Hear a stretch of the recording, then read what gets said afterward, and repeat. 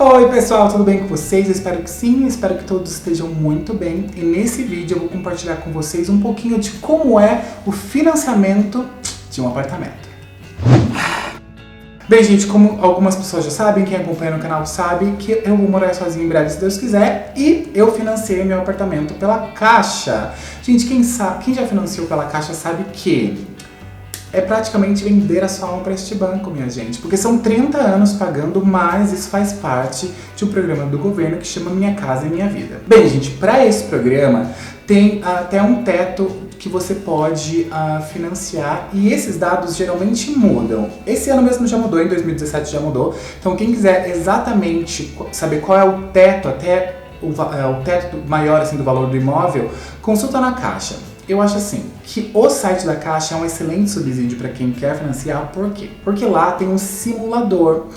Existem duas formas de financiar. Uma que você financia, as suas parcelas são fixas, e a outra que você financia, as suas parcelas são decrescentes. Ou seja, você vai pagando uma parcela, mas aí no fim das contas você vai começar a pagar bem menos. Antes de tudo, antes de realmente fazer o financiamento, você precisa achar o seu imóvel. E este aspecto é um aspecto muito sério e que você precisa ter muita cautela. Por quê? Porque existem muitas pessoas que se dizem corretoras de imóveis, mas elas não são. Então a primeira coisa que você deve fazer e deve saber que existem corretores credenciados, existe um órgão para isso, e o seu corretor precisa ser uma pessoa realmente idônea. Bem, gente, eu achei a minha corretora, enfim, foi muito bacana. Eu falei com vários corretores antes de encontrar a minha corretora, e até que eu tive confiança nela, porque ela me mostrou vários imóveis e ela era muito segura em dizer que esse imóvel é interessante, mas ele está num bairro afastado, quais são as suas condições, o que você realmente quer deste imóvel, é bom, na localização ela é boa ou não, os vizinhos são bons, o bairro ele vai crescer ou não, é perigoso, é próximo do seu trabalho, você precisa pagar pedágio, quais são os seus gastos e qual a distância da sua família. São várias dessas questões que você realmente precisa responder antes de fechar o negócio. A partir daí, passa para outra etapa, né? Que faz as simulações, você envia todos os seus documentos para fazer uma simulação no correspondente da Caixa. Esse simulador vai saber mais ou menos quanto você vai pagar e quanto de entrada e quanto você vai pagar de prestação. Mas, gente, não se iludam. Morar sozinho e principalmente comprar o imóvel não são só esses gastos. Depois que você paga a sua entrada, depois que você já sabe quanto vai ser as suas parcelas, existe o valor da documentação que você tem que pagar para a prefeitura, existe o valor da documentação que você tem que pagar para o cartório, você tem que ligar a água, que também tem taxa, você tem que ligar a luz, que também tem taxa, você tem que fazer a documentação da Caixa, que também tem taxa. Ou seja, existem uma série de taxas que você precisa pagar. Por exemplo, antes de você assinar um contrato com a Caixa, eles mandam um engenheiro no seu apartamento para fazer uma vistoria. Eu paguei na época uma taxa de R$400, só para o engenheiro vir aqui, dizer que estava tudo certo, dizer que o imóvel realmente valia aquele valor que eu estava pagando.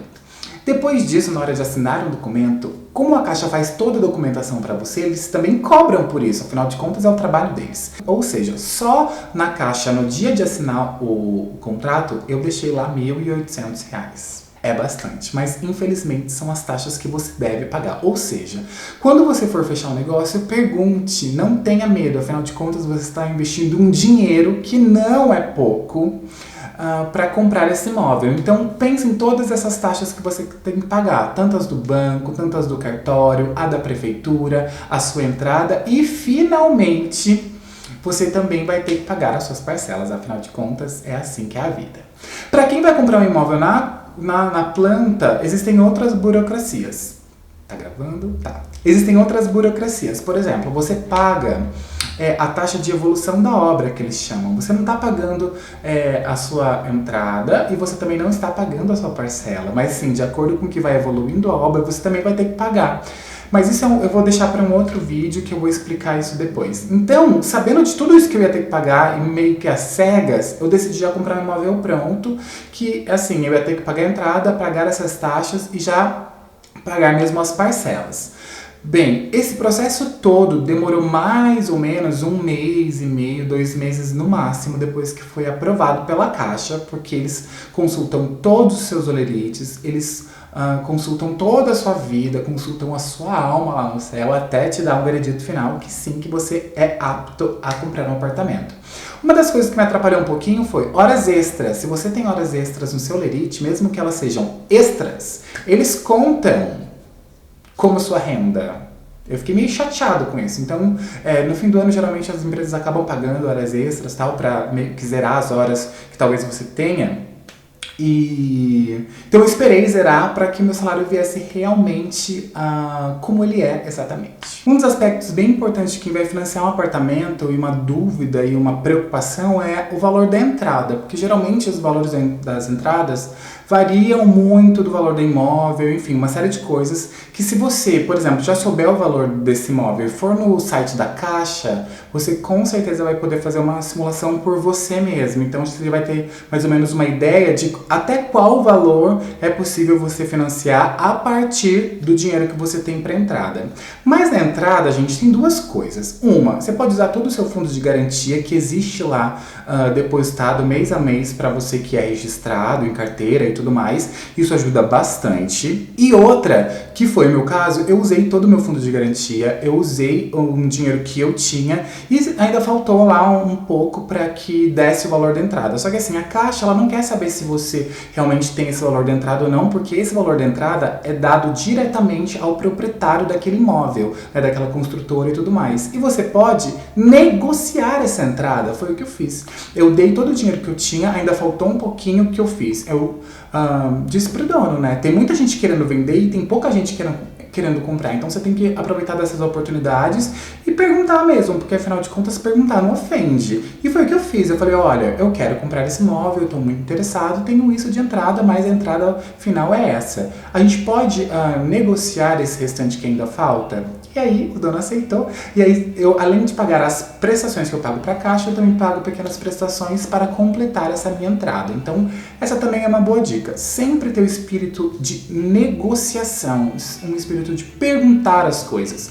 Claro, você não vai ser um folgado de querer financiar também, né, dividir todo o valor da entrada. Não, mas se faltar um pouquinho, tá quase chegando lá, eu acho que vale muito a pena perguntar e fazer o negócio se é realmente do seu interesse e do interesse de quem está vendendo o apartamento. Bem, foi mais ou menos assim que aconteceu comigo.